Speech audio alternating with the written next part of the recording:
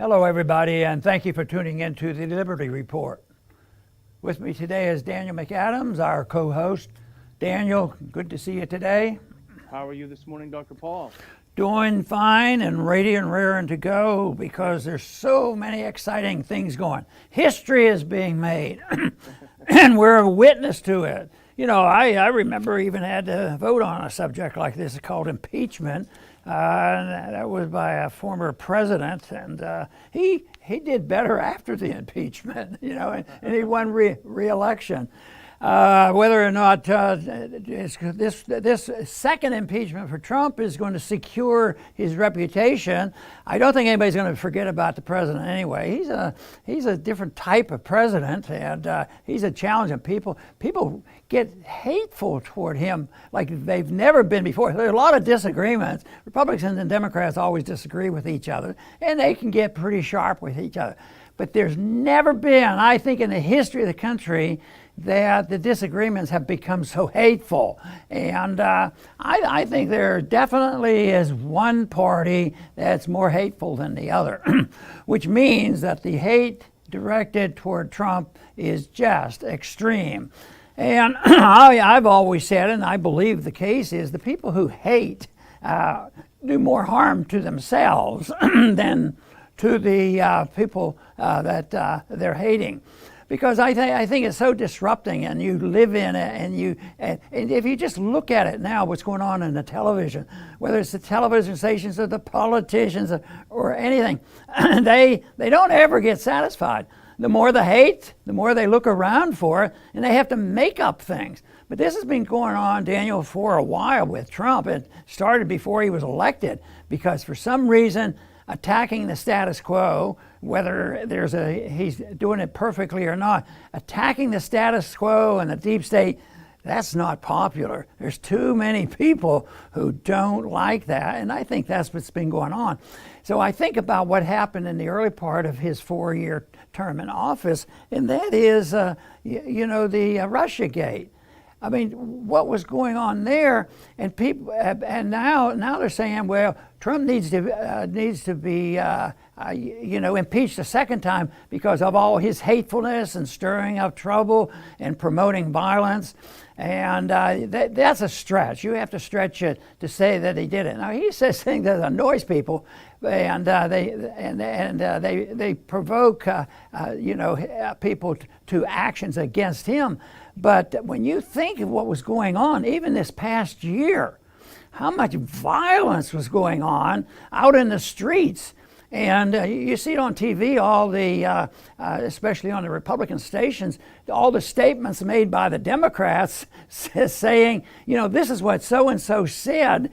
And that's pretty darn hateful, an incitement to violence. But no, there's a tradition in politics, especially in recent history, that if you're guilty of something, the best way to treat it is don't explain it, don't deny it or anything else. Just accuse the opposition of doing it. And I think that's what Russiagate was all about. It took 3 years or more for Trump to, prove it in the courts that it was all made up and he was not involved in a conspiracy with the Russian. But today, it's a short period of time. There was an incident there, and there was a lot of nonsense going on and violence committed.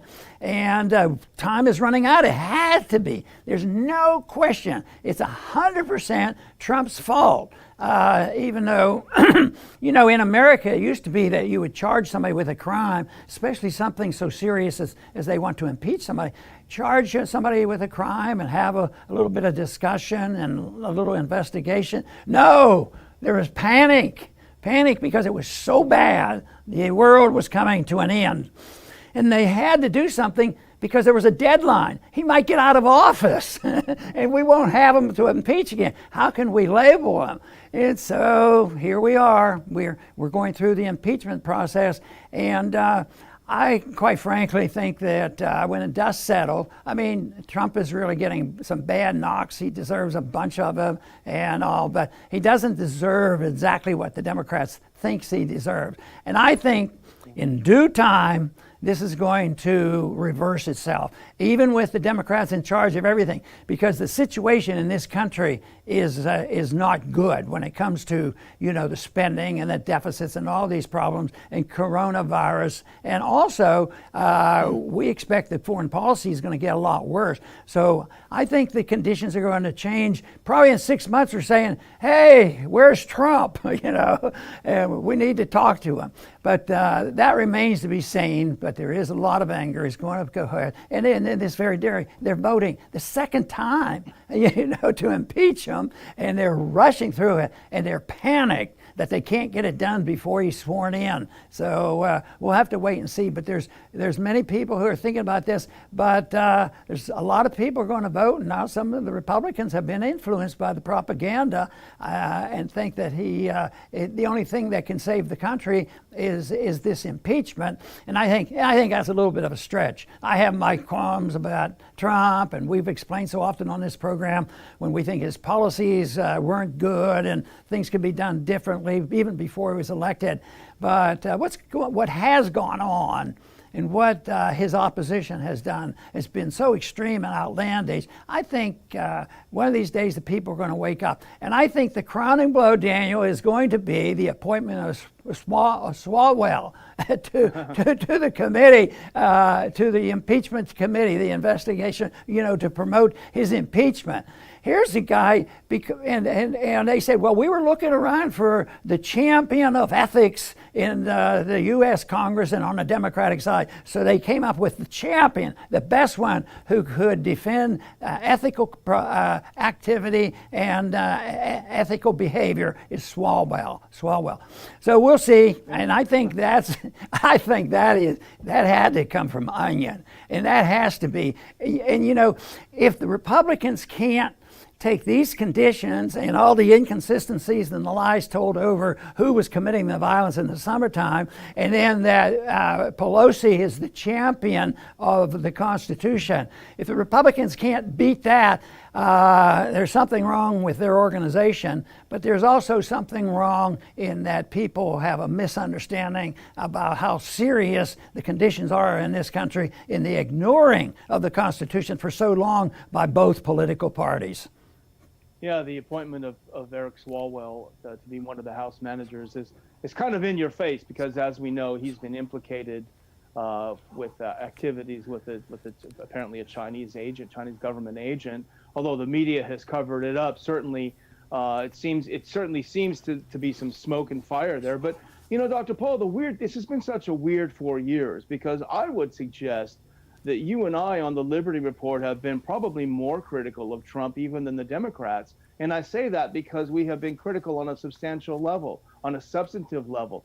All of the boneheaded things that Trump has done policy-wise, John Bolton, Mike Pompeo, his ridiculous rhetoric toward Iran, his ridiculous blowing hard against China, Cuba, his dumb foreign policy, his empty rhetoric, not ever following through. I mean, it's been a consistent criticism on our part.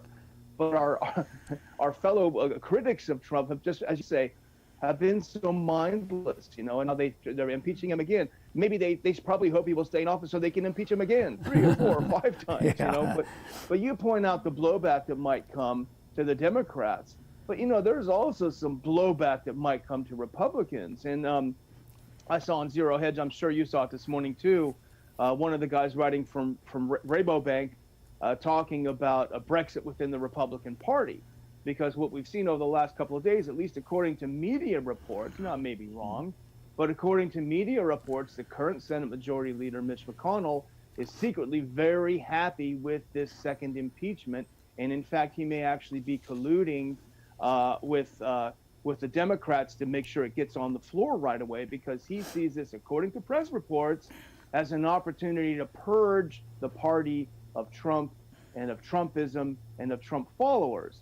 The thing is, okay, that might be a beltway move, but when you have a president that just got the most votes in Republican history, a president who's leaving office with an approval rating at or around the level that President Obama had when he left office, it makes you wonder, is this really the kind of Republican Party that you want to set off a nuclear bomb inside? Are people going to be running in the streets waving posters of Mitch McConnell when he gets rid of Trump? Or are they going to be real ticked off because they liked Trump and they like Trumpism, and McConnell is participating in destroying it? So and it may well be the Republican Party, Dr. Paul, that finds itself disintegrating when you have people like McConnell and Liz Cheney and many of the others.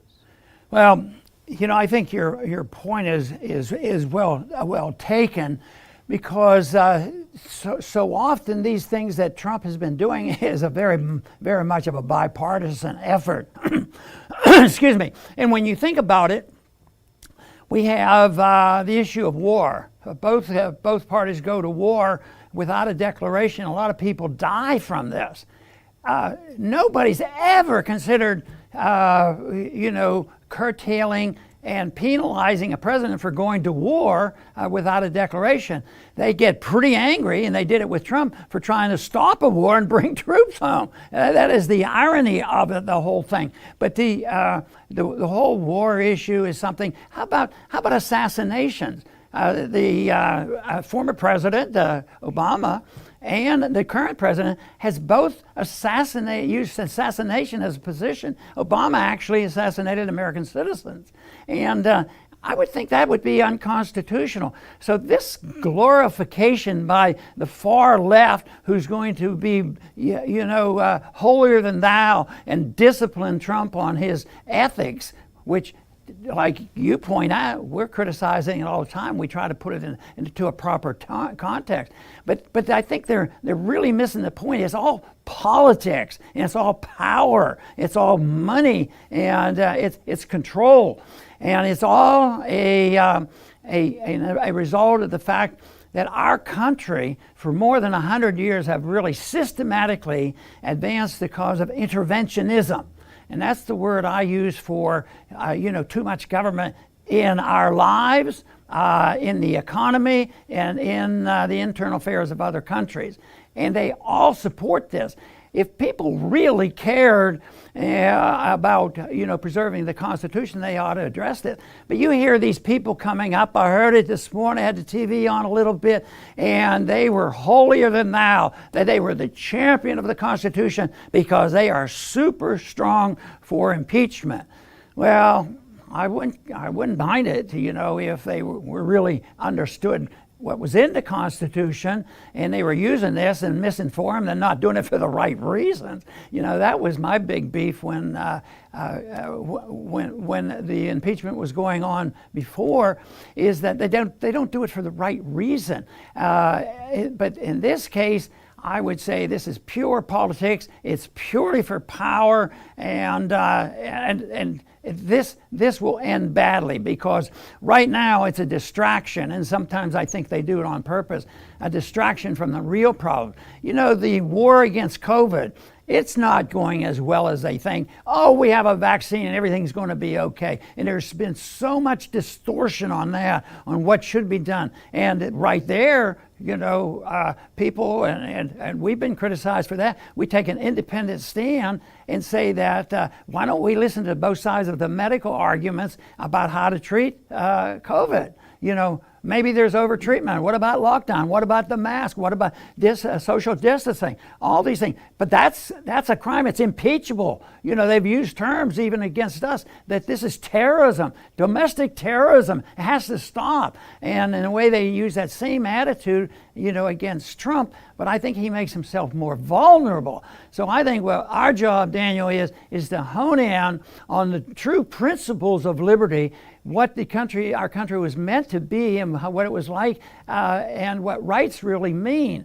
I think that's where the problem is, and they get distracted from this, and they're dealing with things that are very, very serious. When they go astray, they're very, very serious, but they're floundering. They don't know where to go. But we do have a few good ones out there that come up and give us pretty good arguments. Professor Turley is certainly somebody that has come up and a good explanation, just like Greenwald has too, to try to understand the domestic attack on our civil liberties, the attack, and these aren't pro-Trump people. They're closer to our position that, when When they're starting a war, we complain. When they're ending in the war, we want to encourage them. So there are some people out there. And the fact that the numbers, superficial numbers, of course, of the Republicans, it looks like they're going to stay loyal to Trump. I'd like to just suggest improving that image and talk more about liberty than about power and control and how we're going to spend, how we're going to keep the military budget going. Because just think of it, the military budget always gets passed with ease, and the whole budget and the deficit is so disgusting. And then they come by and say that, well, we found something we can impeach Trump on, and therefore we are the champions of the Constitution. That bugs me a bit. Yeah, you mentioned Professor Turley. We often turn to him when it comes to constitutional issues. He's a professor of constitutional law at George Washington University, and of course he was a speaker many times at your luncheons, and we've kept in touch. And he is considered someone who is very open-minded. He's I would say a civil libertarian, but very, very well respected. He had a great piece in The Hill a couple of days ago, how a snap impeachment could shatter the constitutional balance. And he points out the danger of these kinds of snap impeachments, which really this is. He talks about how the framers intended the impeachment process to be a slow, long, deliberative process that deals with very important substantive issues, rather than, oh my gosh, he's about to leave office. As you said, we got to impeach him one last time for the team. And he points out that one of the dangerous precedents of these snap impeachments is that it'll allow Congress to impeach future Trump and future presidents for the actions of their followers. And this is sort of a theme in Turley's piece. Basically, Democrats, be careful what you wish for, because you are actually setting the stage for yourself to be subject to some of these. And Turley was very clear. He said he condemned Trump's speech. He opposed the challenges to the Electoral College and Congress. He thought all of it was a bad idea, but he was very clear. He said Trump's speech on that day did not meet the definition of incitement. And in fact, should be considered protected speech by the Supreme Court, what he said. Essentially, he said there was no call for violence. There was a call for a protest. The president said we should peacefully and patriotically protest. He disagreed with the speech. He thought it shouldn't have been made at the time and the way it was done. But in terms of looking at it from a cold constitutional perspective, there's a real danger. And in fact, one of the claims against Trump is that he didn't respect the election outcome. And we have so many. Here's a tweet from Nancy Pelosi, May 16th, 2017. Quote, "Our election was hijacked. There's no question. Congress has a duty to protect our democracy and follow the facts." That kind of sounds like a Trump tweet a couple of years later. So, and Turley points this out, and I'll have a couple of examples later about the slippery slope that the Democrats are setting up by trying to impeach Trump for really what is protected speech. Well, I'm always looking for that silver lining. There's no easy silver lining. Maybe it's still going to come, but it depends on what the people do and what they think and how much the people who believe in liberty are energized. And this is an opportunity as far as I am concerned. Because the system that we have of this interventionism, the control on our personal lives, our personal privacy, and the invasion and doing everything under the sun for national security reasons, and then being involved in the economic controls, and now we have outspoken socialists and Marxists in the Congress, and also both parties endorsing interventionism overseas and interference in overseas elections. We're in 150 countries. That is coming to an end, and is going to come to an end because the money won't work eventually. They just can't keep it up, and therefore this system will get weaker and weaker, and the dollar will get weaker, and somebody has to offer the answer to this. And we had a start. We had a little introduction to this from the founders and the Constitution. We have drifted a long way from that. But when the people hear about that and understand what's happening, they have to be shown to making a choice between Venezuela and Zimbabwe, and a more prosperous time where civil liberties are protected and people are allowed to speak out again. Now the people are intimidated. I'd like to see the day come back where people were independent and energetic entrepreneurs rather than only being successful when you become a partner with the government. And that's part of our problems with the social media, because I see them as a partner with government, and they're participants in locking us down and taking our liberties away and freedom of speech. So we have to precisely understand what freedom is all about. It's a personal thing. It doesn't come in groups. I just really detest the idea that a so-and-so group, we have to deal with this. On election night, it always annoys me. How did this group vote? How did this group vote? How did this group? Maybe they didn't all vote the same way. And there's a lot of good people in those groups. They don't like to be put in a group. They like to be seen as individuals. A free country has to see people as individuals and not just a cog in the wheels of a special group that becomes super lobbyists in Washington and milk the cow until they kill it. And we're getting close to that. I'll tell you, we're getting close to that. So this is the reason why this is important, and people like Turley are so important to point out what are the legal consequences of this.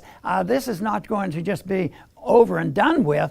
People are going to get angrier and angrier and more violent. But what annoys those people that promote the opposition to us is they can't stand the truth. That's the way I think of it. They can't stand hearing it, and therefore they have to destroy the people who are telling the truth, and that's why they control speech. And this is obviously the trick that's been used for centuries.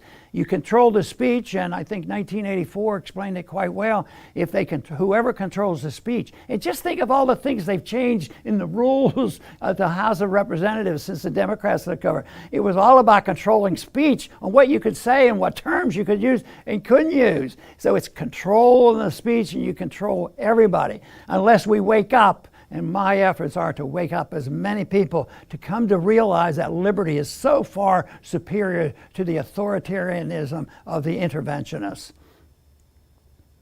You know, it might shock people who every day wake up and believe there is no history.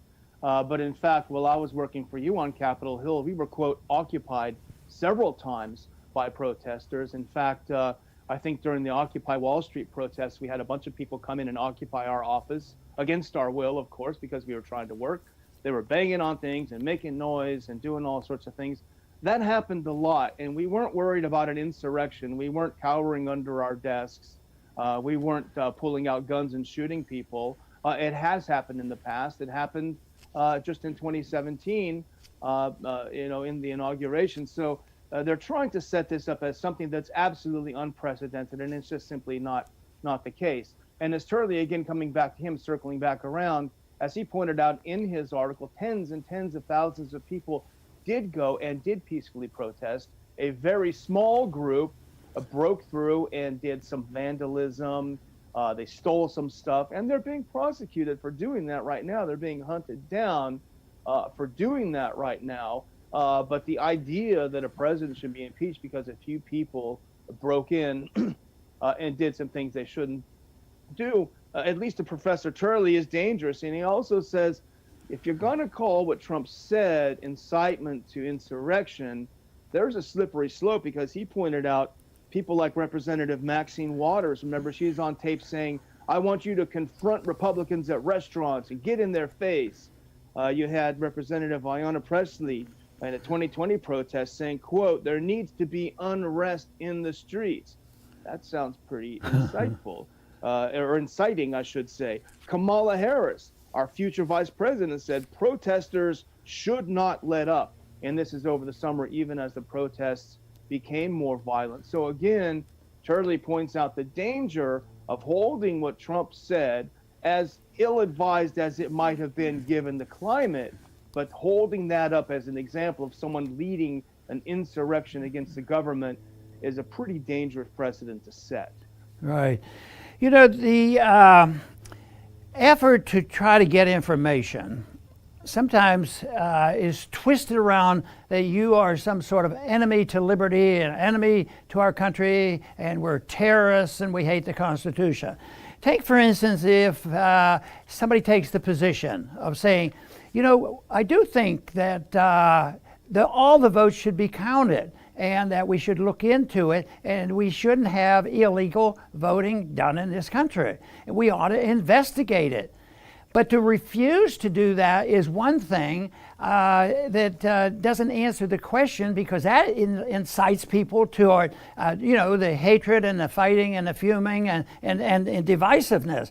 But the whole thing is, if you say, if a person's position is, well, we think everybody should be counted, and if they are illegal, if they didn't even exist or they're dead, so it wasn't so much that we knew the answer in the recent election. It was the denial that everybody didn't agree and say, of course dead people shouldn't vote. We should all kind of, because it may be, the shoe may be on the other side in the next time. So I would say that it's a shame, but that's turned into be, unpatriotic if you said that all the votes should be counted. Dead people shouldn't be allowed to vote. You're stirring up a lot of trouble, and it's simply asking for it. I'd like to know. I have no idea how many illegal votes might have been questioned, but I was annoyed that there wasn't a consensus. Like, yes, we should join in. It should be, because people will lose confidence in election. And the confidence in government is so low. Some of that is healthy, because government is so ruthless. Everything they do is based on violence. And so here we're talking about so-and-so committing violence, but government is the most violent organization because they have all the guns. They enforce everything by guns, and so they are very violent. So they redistribute the wealth, they counterfeit the money, they get us into wars. So they have a lot more power and guns and authority than the common man does. But the other thing is I don't know, we sort of made fun of this whole thing. Well,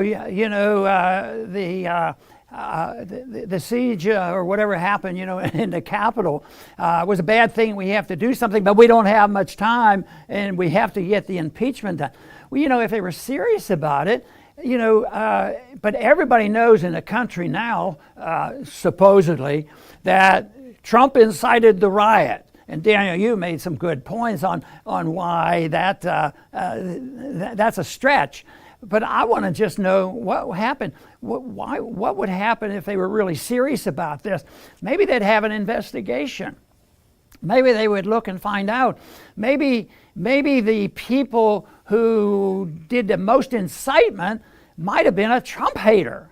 That's been known, that people infiltrate. And if you say that, now I've said it, so I guess I better watch out. But that's a possibility. It's happened before, that they infiltrate. It's called a false flag. Internationally, it's done all the time. Do one thing and blame somebody else. But no, if you question it, that's a crime. You're a supporter of a crime. You become a terrorist, they tell us. It's that type of language, but I think it always relates back to the bankruptcy that I've talked about. The financial bankruptcy that's causing trouble, and also the moral bankruptcy, because it's the moral bankruptcy that leads to all these other problems, that leads to the financial catastrophe. And it's the moral bankruptcy and the financial bankruptcy that contributes to this chaos now that's going to be solved by impeachment number 2. Good luck. Yeah. Well, Dr. Paul, I'll close by doing a related thing, and we put a piece up from our friend Jacob Hornberger today on the ronpaulinstitute.org website about this sort of the theme, never let a crisis go to waste. And that's what we are seeing, and Washington is great at this. And even though she's a relative newcomer to politics, Alexandria Ocasio-Cortez has shown that she's a pro at never letting a crisis go to waste. Well, she's quoted, there's an article about her today where she's promoting the creation of a congressional committee to combat false information from being pushed by the media. Basically, a congressional committee, a U.S. government committee to rein in the media. And she even uses those words. Here's a quote. She was giving a talk to some supporters. She said, "We're going to have to figure out how we rein in our media environment so that you can't just spew disinformation or misinformation. To me, that sounds deeply unconstitutional, that Congress shall make no law. It sounds un-American to me, and it sounds dangerous. But, I have to wonder sometimes, she seems a little whacked out. She actually said that she believed during this so-called insurrection that white supremacist members of Congress were going to hand her over to the mob to be killed. That doesn't sound like the product, Dr. Paul, of a stable mind to me. Well, I'm always looking for a good angle. Now, my good angle on this is that's a little bit of competition. There's a few people in social media that claim they have a monopoly on this. So maybe she's going to compete with them. If she joins them, which she may well be able to do that, but they're joining, an outfit that should be called crony capitalism, and a capitalistic and capitalism that is distorted. So yes, who's going to be the boss? They said that we didn't follow community standards. That's why we were locked out for a couple of days on Facebook. But who sets the standards? That's the big question. She's saying she is, and it is absurd.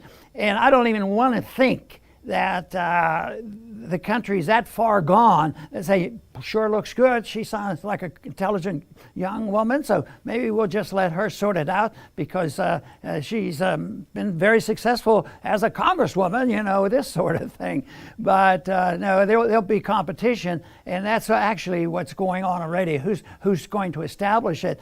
And that's what we're contending with, because the competition is ideological. And we who have a position on liberty and free markets and private property, we're challenging the ideas that have been preached by government schools for nearly 100 years, 50 at least. And that is a tough opposition. So they are the arbiters of education. She wants to be the arbiter of speech, and they're not too far apart. It's control. It's control and a belief that people are idiots. They can't take care of themselves. They need somebody to protect them. And that's sort of the reason why we have this overreaction and scandalous reaction to the coronavirus, where science is considered unpatriotic. If you present it as scientific, you can be into a lot of trouble.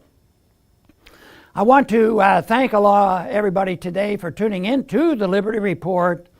Please come back soon.